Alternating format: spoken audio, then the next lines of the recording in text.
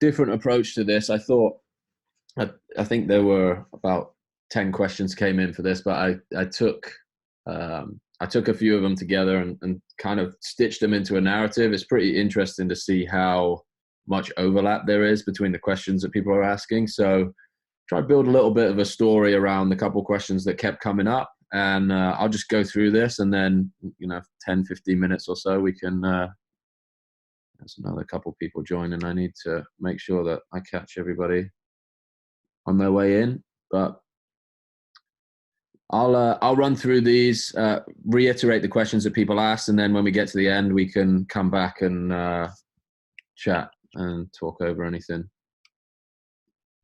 All right. I don't know how to mute people, so it sounds like everybody's pretty quiet anyway. All right.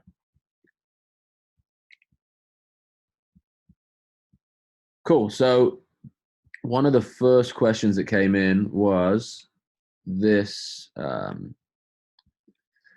This question: how do you build momentum in your career when you feel like you're falling behind in a super competitive world? So this is something that a lot of people ask and a lot of people struggle with for a good reason. It's good observation. This definitely is hyper competitive. And the idea of increasing your momentum, in my experience, relies solely on figuring out which game you're playing. So there are a couple of different ways to look at it. The first being, you're in this hyper competitive field, and oh, sorry, here we go. Man, I'm gonna have to figure out a way to let people in automatically on this. So the first being, you're playing this game with a bunch of different participants. Everybody's focused on a different outcome. This idea of a massive amount of competition where you're something to everyone, versus a more refined version of that idea where you're competing in a much smaller arena where you're everything to someone. And a couple of people that ask this from the perspective of entrepreneurship, or other people are working jobs. And I think that there's an interesting way to look at this. Even if you aren't building a business, the principles remain the same. You're looking for a way to fill a gap in the market.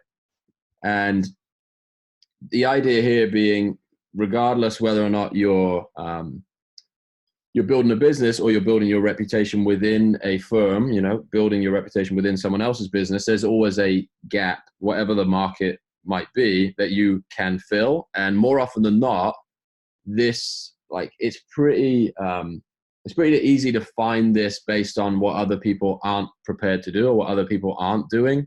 So a couple of anecdotal examples from the career perspective or the employment perspective is finding the things that no one else is doing and doing them, and creating systems for things that people are wasting time doing week after week, or taking the initiative to build a community around something that exists within a business. Like, there are tons of different ways for you to fill a gap that exists within a company or within a wider marketplace. So this always starts with what is nobody else doing. A lot of people overthink this and go like to the nth degree, to the end of the earth, to try and figure this out. But there's the kind of simple rule of thumb is, how can you make yourself indispensable? And more often than not, that's by doing the things that nobody else is prepared to do consistently.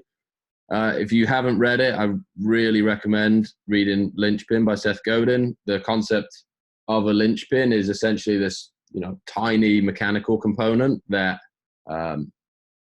it either keeps the wheel on a vehicle. So obviously you can't operate without this tiny pin that just keeps the vehicle in motion. And, becoming a linchpin in any given organization is how you can accelerate your career. And doing that requires you to identify a very important problem and fix it. And the same goes for being a client service provider or an entrepreneur. How do you make yourself indispensable as a partner to somebody else's business? Okay, cool. The next question is, why do you think so many people are interested in getting things done? Is it just to get things done, or is there something deeper? So thinking a little bit about this, and I think the the answer is in this idea of reputation. So how do you build reputation? Everybody is trying to position themselves in a way that will make them, make their family secure, ensure that they can provide for the people that they need to provide to. And, there's the deeper insight here, I think, is people want to feel competent and they want to feel like they can solve problems, but essentially that comes from a place of security. So you're always in pursuit of building your reputation to increase security, whether that's security over your time, security over your finances, security over any number of things. That's at a human level, at a biological level, that's what we're after. So this idea of increasing your reputation is where that security comes from. And how do you do that? It's essentially just doing what you say you're going to do. So going back to the question, are people really interested in getting things done? Is it just about getting things done, or is there something deeper there? My perception of that is that there is, there is a deep-rooted desire to want to be secure, and in order to be secure, we need other people to trust us. And to get other people to trust us, we just need to do what we say we're going to do, deliver on our promises.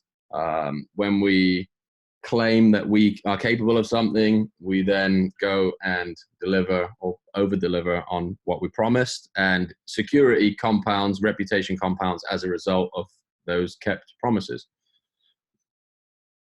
Okay, next piece was a question about balancing client service work with long-term goals. And so long-term goals where you're spending time building out a side project, but you also have a likely financial focus that takes a lot of your time.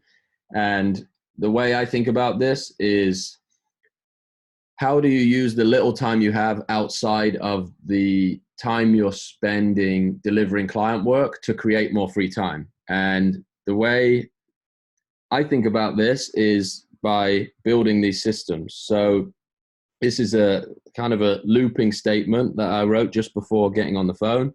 Use your free time. Use your free time to build systems, to create more free time, to create more systems, to create more free time. So it's a little bit of a mouthful, but essentially what we're saying is, if you have a very limited amount of time because of the work you're delivering on the client side, likelihood is you're overcommitted, or you don't have the systems in place to increase your free time. So as a freelancer or as a small business, if you're overwhelmed, more often than not, that's a sign of you lacking the systems to increase the volume of work you can deliver, which is a product of, not being focused enough, or just not having the right systems in place to decrease that repetitive work that's taking your time. So this illustration is just showing that process of using free time to create these systems that drive down the burden of work. So to use an example in the way the Visualized Value consulting offer is constructed, there's like a set of deliverables that we build that that system gets refined over time. Every client that goes through the process makes the system better because it's that specific. It takes less and less and less craft on top, or the last 10, 20, 30% of customization, because we're developing these assets that are pretty applicable across a lot of different industries. You have, these fundamental concepts that you're communicating. So, there might be a slightly different angle for finance versus a technology product or a supply chain consulting service. But essentially we're building a library of assets that help us tell these stories for people, which, assets are systems that essentially create that more and more free time over time. But it's definitely a balancing act between having the discipline to take the right work on the front end, on your client side, and using that side project time to, allocating that free time, sorry, to one, working on the side project, and two, developing the systems to reduce the burden on your more high labor work that you're doing for clients at the same time. So you could go into like an enormous amount of detail on this, but it's just kind of this pendulum, this balancing act that you get the recipe right at a certain point, and then depending on the nature of the side project you're building, what you're learning by optimizing the client work that you're already doing should be feeding into how you're building your side project. And that obviously depends on what the side project is. But if there are similar, mechanics, and maybe it's another client-focused business, you can take those systems and repurpose them as you build out your side projects as well. So you're recycling what you're learning and taking advantage of it everywhere. This is wrong. So the idea, I was just talking about this, I should have flipped onto this slide, but you are moving from this idea of project work to a product that you customize the last 15-20% of. So a lot of agencies have a huge library of projects in their archives that they've already delivered, that their clients are happy with, that they can get testimonials for, et cetera, but they struggle to productize that, and they end up being caught in this cycle of taking on slightly different projects that just completely bury them in nuance. And it's not, like, I've been there as well, it's not for lack of trying, it's just an inefficient setup that just doesn't allow you to scale what you're doing. So product is a system. There are things that every client needs to go through in order to be onboarded, in order to collect information, in order to get the result that you're promising. So I think there's a way to take a project, put like a lens over it, and see which pieces of it can be productized. The second point here, reputation as a system, I think refers to, in that side project, if you're able to approach that from this with the understanding that what you put out is slowly building up this compounding interest in what you're doing, there's so much equity that you can put into this repetitive content system or results, as whatever it is you're building. Think of it as something that is amassing this reputation or increasing equity over time. So even if you're spending 10 minutes a day, that value is compounding over time. It's not like spending 10 minutes on a different project every day. Visualize value. An example of that is if I spent 10-15 minutes making an illustration in the same style every day, that just continues to compound and attract people to the same place. So it's a pretty simple idea, but if you're able to get that level of focus and specificity, then you benefit from that compounding effect over time. And then assets, another great point of leverage, where if you run a client business, it could be anything from like how you onboard clients. Maybe you take a process that you were spending 40 minutes on the phone with everybody doing before, and you create a video asset that just goes out to them by email. If you have 3 or 4 clients, that's 3 hours a week that you save. And at the same time, you have to manage both sides of that equation, because if you don't have the service defined, you're kind of building the wings as the plane is flying, but it's definitely possible to do it. All right. Next one is, how do you come up with a process statement? So for those of you who haven't seen it, there's a document in the training channel on the Slack, which is like a really simple content architecture framework. And at the top of that document, there's an idea called a process statement. And essentially it's just, hang on, I've got to let a few people in here, sorry.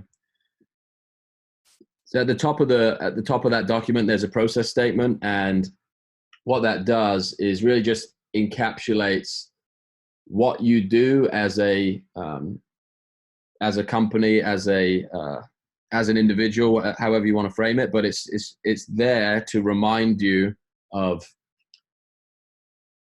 it's there to help you check everything you do against that statement. So when you're putting content out, when you're communicating with your clients, does this align with the process statement that I wrote? Helps you keep that North Star and, again, build equity by creating content that is always referencing and always being checked against a process statement. So here's a simple framework for getting to that point where you can generate a statement that will help you evaluate the work that you're putting out. So it's very simple. These three different components, the first being the result you generate, the second being who you want to help, and the third being how you want to spend your days. So I put in here on the next slide the visualize value statement, and it's use visual communication to help ambitious people master their mental health and build independent income. And essentially what it breaks down is what you do. This is the how you spend your days, who you do it for, and why you do it, or what the result they can expect from the work that you're doing. So I think one of the common mistakes here is not isolating what the benefit is for the end user and just describing your services. So I think the biggest tweak you can make to this statement is what's in it for them. That's that's how you end this thing, and that's how you begin to attract the right people. And yeah, so someone else asked where the idea for visualize value came from, and I'm going to actually use the next question to answer that. And the next question was, how do you get specific knowledge? And I think the interesting thing about how visualize value came about is it wasn't necessarily planned. It wasn't a big strategic effort that had a 6-month runway and brainstorming this and thinking about that. It purely was this kind of mashup of experiences and skills that I'd picked up along the way, and it just sort of fell into place by examining the things that I was both interested in and the things that I could sustain. So one of the huge things that I've learned in trying to launch 3-4 businesses over the last couple of years is figuring out what the most sustainable output was for me has been instrumental in being able to continue. If you come out of the gate with and this is very specific to content, but if you come out of the gate with this highly produced asset that is, took you 3 days to make, and,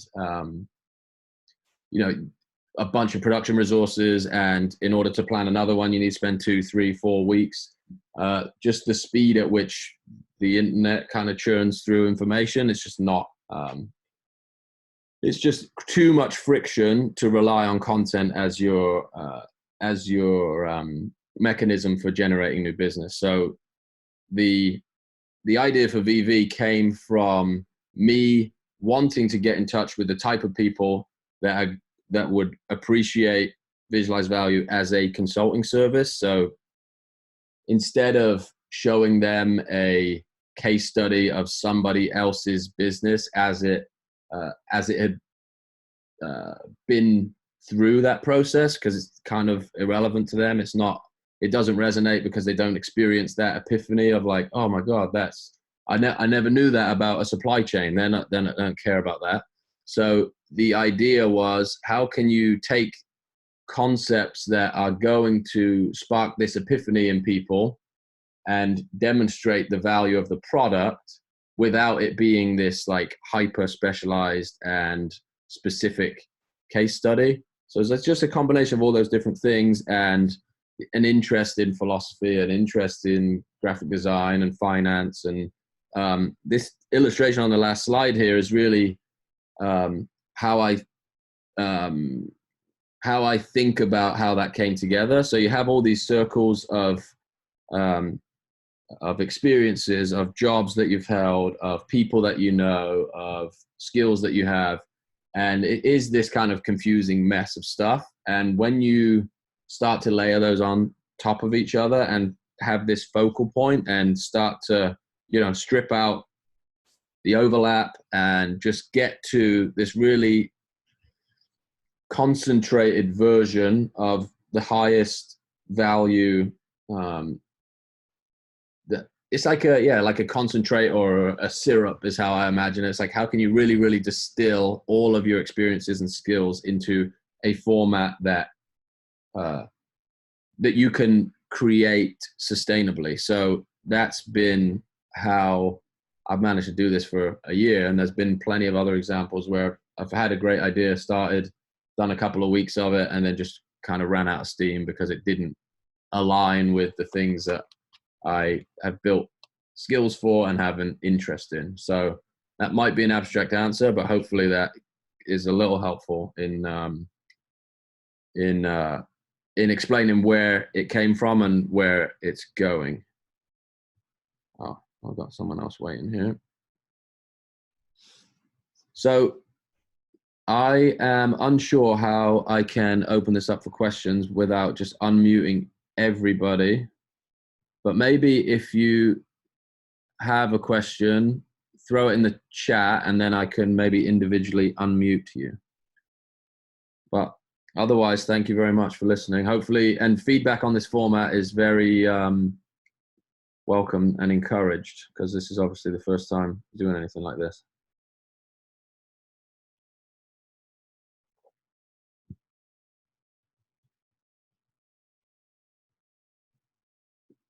All right, here we go. People can raise their hands in the chat. All right, thank you, Calvin. Appreciate it, mate. And I'll be uploading this video for I'll stick it in the group. So if you have any questions that come up later, give me a shout. Let me know. Goals with VV. Interesting question. I think ultimately the goal is to make these principles and make this notion of using visuals to better communicate accessible to more people. And I think there's a couple different ways to do that. One is by creating tools and trying to teach people the technical skills to do that. But I think at a deeper level, there's a conversation I actually had with a guy called Jim last week, who's a member of the group, not here tonight, but essentially the idea is to get people unstuck. So there's 1,000 different applications for that. The idea of there's a way you think about something right now that could be something that's like a mental block. It could be a block in your business. It could be a block in your understanding of your finances. And the goal is to help you get clarity on that and move forward. So I know that's a very broad response to that question, but whatever I can create to make that happen for people is, it's just incredibly rewarding process to be able to contribute in any way to helping people get where they're going. Because I've been in the place of, having a lot to offer and thinking, and wanting to build an independent business, but just lacking that little epiphany that is required to dial everything in and start getting some traction. So hopefully that was a decent bit of context, but I could talk about it for a long time. Franco, you should be unmuted, mate.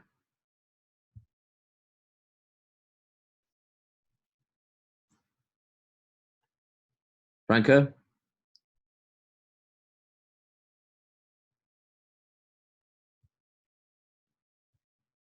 I think your mic might be broken. Oh, hello? Hola. Hi. Hello, mate. How are you? Wait, please. I'm having some troubles. Do you have a question?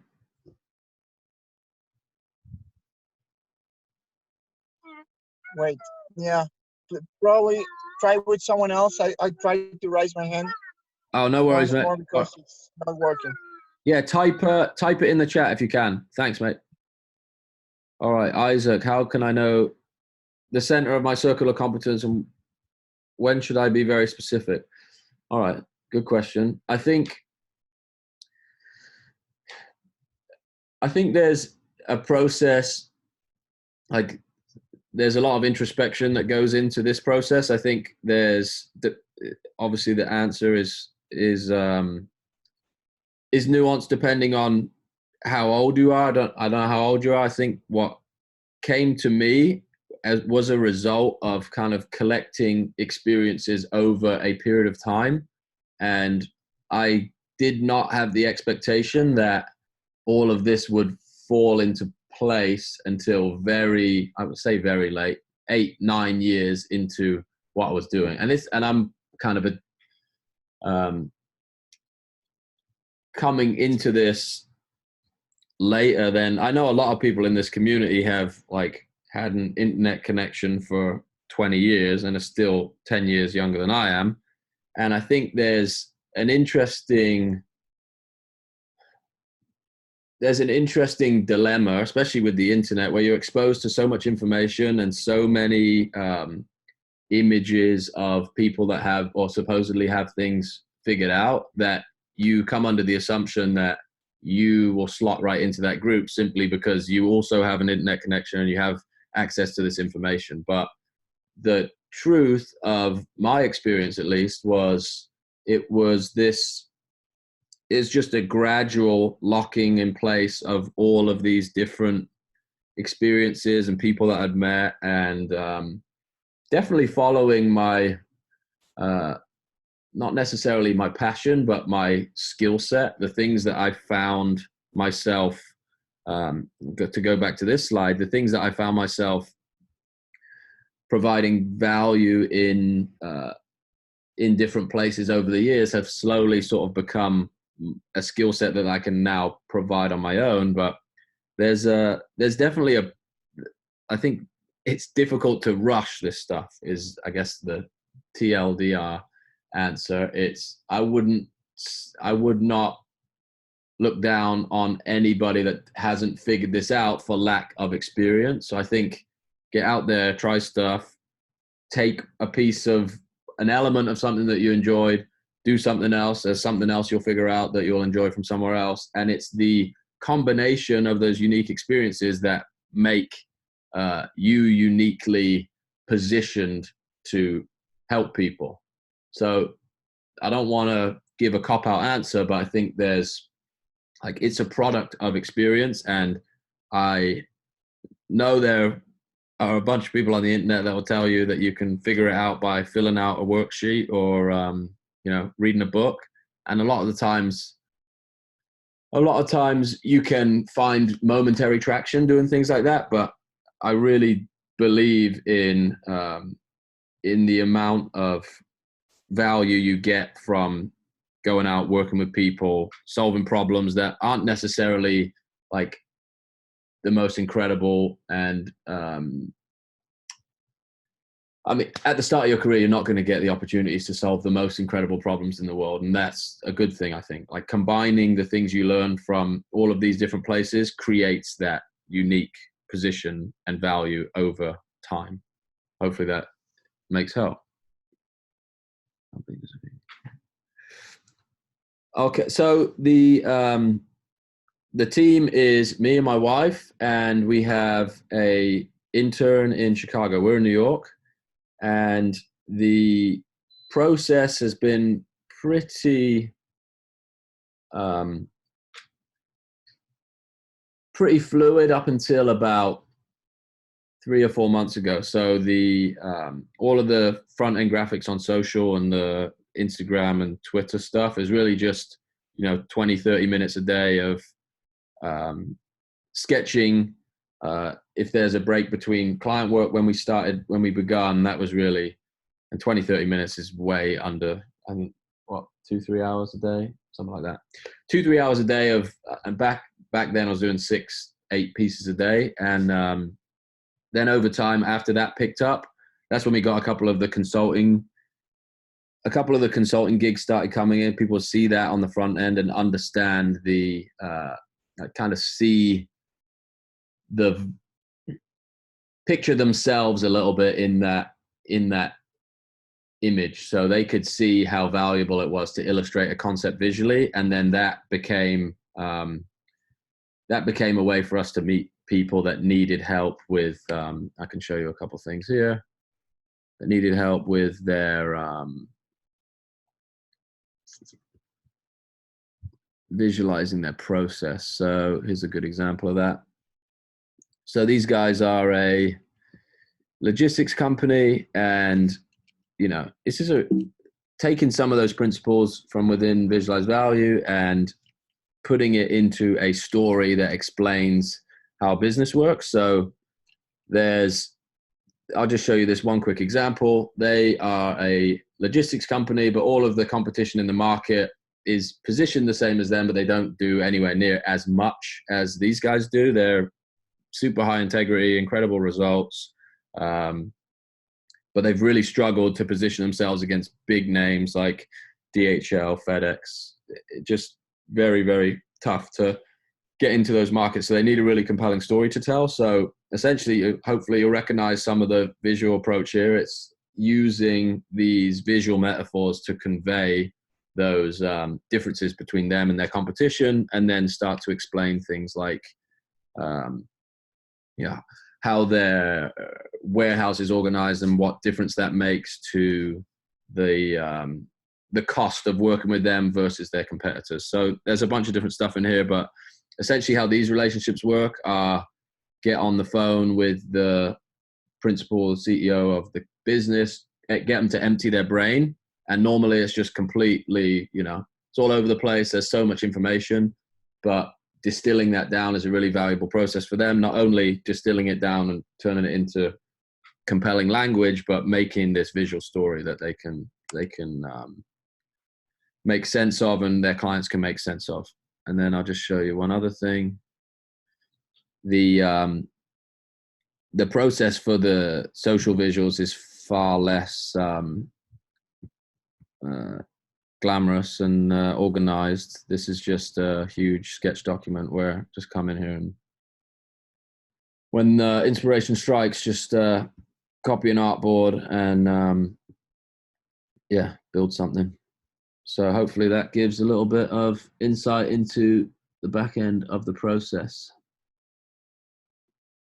No worries, Franco. This is, I don't know what I'm doing either on Zoom, so no offense taken. All right. Anyone else? Questions, concerns, feedback, complaints?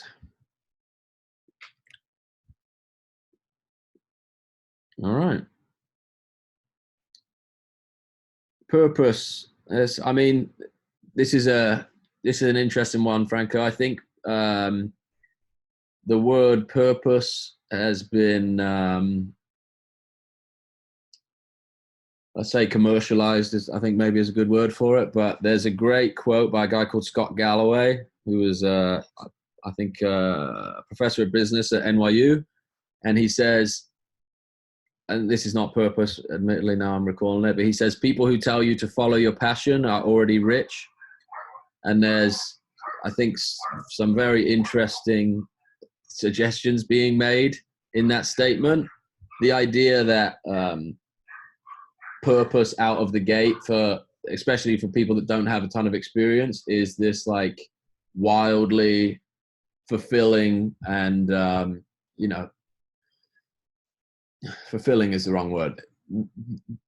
Generating a result for someone is fulfilling, at least from my perspective. If you can solve a problem for someone, that is purpose. And you do that with the skills that you have in this moment, and your purpose and your impact and your ability to solve problems increases with time.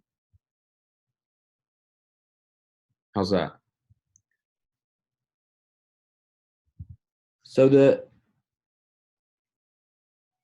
question just came in. Was the intended goal to always have Visualize Value become a consulting service? And would the goal after that be to stop with service work and perhaps productize VV? So yes, I think the long-term goal is to be more heavily geared towards product, and more so like working with more people that there's an opportunity to have a greater impact in that transition. So I think things like this are far more interesting and just new problems for me. The consulting stuff, I've done it, 10, 12, 15 of those projects in the last year or so. And they are very rewarding and very, they're rewarding. I enjoy working on them, but they're very labor intensive, very like so much brain power going into solving that single result that, at a certain point, that shift in focus to building product and creating things that can reach more people and solve more problems, it becomes that kind of a tipping scale at a certain point, where at a certain point I'm hoping that product makes more sense to pursue because there's more demand for it and it can solve more problems, and there's a lifestyle component to that for me as well, where it's a higher leverage business. And it's a great question, and it's something that I think about all the time. Franco, have you designed some narrative skills to change your inner game? So I think a lot of the stuff that you see output through Visualize Value has been like the most instrumental. That's the most instrumental. The most instrumental concepts that I kind of carry around with me. A lot of them have been illustrated there. So the perspective of, only allowing yourself to get, and I struggle with this a lot, only allowing yourself to get wrapped up in the things that are in your control is perhaps the most frequently consulted of all of those concepts for me. I had today I actually stopped using Twitter today because I was going a little nuts on there, like spending too much time. And I think allowing yourself to be drawn into situations where you're kind of subject to content that you're not curating to a certain extent. As a metaphor, I was talking to my wife this morning, the idea of imagine your phone is ringing 24/7, like all day long. That's essentially what the Twitter experience is. Like you just pick up the phone and someone just shouts something at you. You put the phone down, you pick it up again, someone else shouts something at you. And it just hypnotizes you into this loop of, rabbit hole of information. I think there's one of the things I've realized in the past couple of weeks is there's a very strong distinction between like learning and consuming, and my balance had sort of waned into the consumption side, so I have to take some drastic measures to correct that. But the narrative stuff, definitely, I think I lean much more towards the these sort of stoic ideals and these very concise statements that try and pull you out of these irrational moments and give you a little bit of perspective, look at yourself from the third person and sort of evaluate your behavior in the context of the wider world. Hope that was coherent. Cool.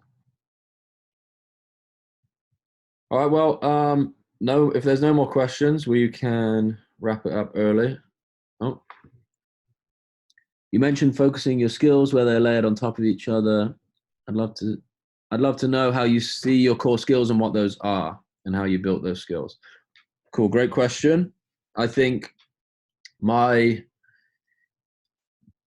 would describe myself as a designer. I have like a degree in design. I think what's interesting about my experience, if I look back at that, was, and this is going to be different for everyone, but there weren't any real technical skills taught in my design course. At least it was kind of a self-taught thing, and most of the rest of the content was theory and art history and things of that nature, which is not a huge point of interest for me. It's really a technical, the technical skills were what I developed on my own. I think that paired with some of my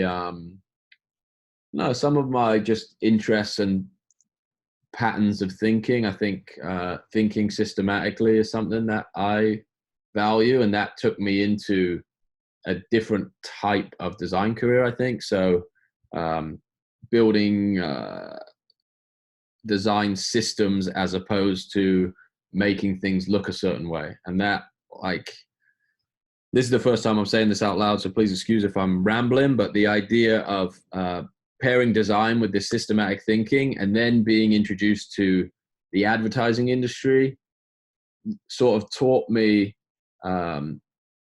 marketing and strategy and empathy for an audience, and these just different layers start to bind a little bit. I would say I wouldn't have considered myself a writer a couple of years ago, but I think the process of building a business on your own and going out there and just getting in touch with a bunch of people and trying to articulate your ideas will turn you into a writer. And yeah, the interesting thing in my last few years in advertising and consulting and all of those different places was sorry, I've got to let someone in here.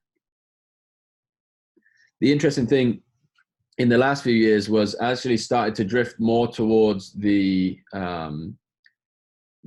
visual articulation of the strategy instead of the product or the thing that you would see as the ad or the front end of the system that was being designed. I started to get really interested in the architecture that sat behind it. So using that unique thing, and to come back to this slide again, this idea of easy to fill gaps I hope this translates, because I think it's a very specific experience, but in an advertising agency, if you're a designer or an art director, your responsibility is typically to create the end product.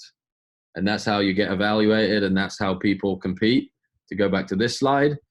And I think what I preferred to do and started to focus on was the idea of selling in the idea. That's where the value was to the firm.